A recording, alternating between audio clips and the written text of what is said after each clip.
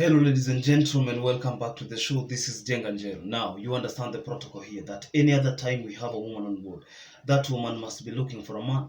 In the same way, when we have a man on board, the man is definitely looking for a woman.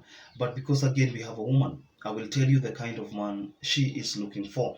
But before then, if you're watching us for the first time, this is the Matchmaker Show. We help men and women to get matches. The moment they get the right ones, they meet their destiny. So you're not lost. If you're new to the show, kindly subscribe. If you're looking for a match, this is the best place for you. Camp here by subscribing, enabling the notification bell, and any other time YouTube notifies you that I have a new video, you can run to my Facebook page and then you can pick the number of the guest, the contact of the guest, and then reach them at your own convenient time. I want to give a disclaimer that there are so many people who are willing to come on the show, and who am I to deny them an opportunity? We started this show from scratch, from one subscriber, the second subscriber, the third one, the fourth, the fifth, and then the 10th, and now we are at 10,000 subscribers, aiming at 100,000 and more. I have realized through experience, through consistency, that sometimes people get matched because not because they are the best there is in the marketplace, not because they are the best for that person, but because they hold the belief that it might not look like so, but it will be so someday, because we serve a living God. I'm giving you an example because when I started the show, personally, with the human mind, I didn't think that some people are, let's say, should I use the word eligible for lack of a better word? Because again, I have matched people in the year 70s, I've matched people in the year 80s, and you could be wondering, how can an 80-year-old woman be matched? How can a 70-year-old man be matched successfully? And again, then this show has unveiled a lot of possibilities. We've seen people being matched, celebrating from right, left, and center, and we are like, oh, let's do this. Our guest on today's show is a 51-year-old woman, a single mother, officially divorced. I told you there's a difference between a casual divorce and an official divorce. An official divorce is legal in every way. Within the jurisdiction of the rule of law, that divorce is legal. It's accepted. This one and this one are long husband and wife. That's what a legal divorce means. But a casual divorce is just a separation of go your way, I go mine, then we see where we can meet someday. Maybe, maybe not. That's a casual separation. That's what we call a casual divorce. And in most cases, that is what happens in Africa. However, the guest on today's show is not casually divorced.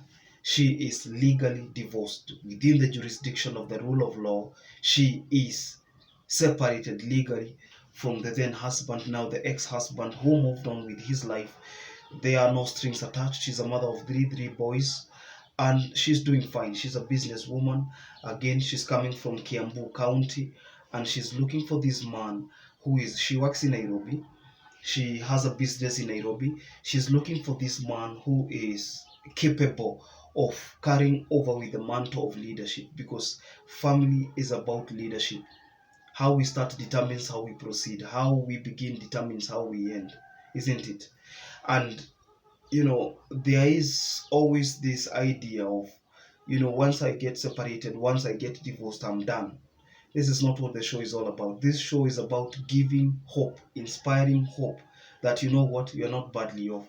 Maybe people might write you off, but until you write yourself off, it's never done. It's never done, is it? It's never. Our guest on today's show is a mother of three boys, all of them young adults. She's 51 years old. For the last few years, she's been, let's call them many, more than 5 years are many.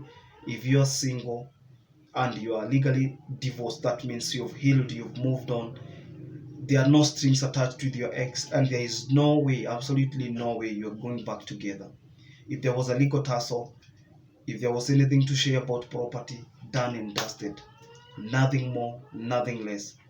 Now it's left that, let us move on with our lives. Let the man move on, let the woman move on. Sometimes people take things so seriously.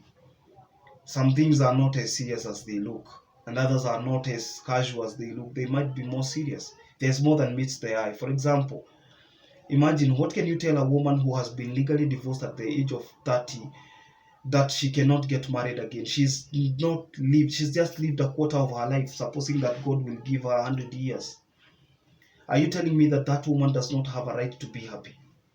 If a woman is divorced at 45, then she is barely half of her life. Let's assume God gives her 100 years.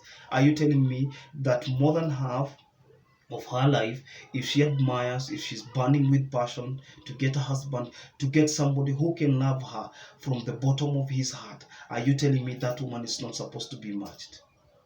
Can you look at us in the eye, tell us, is that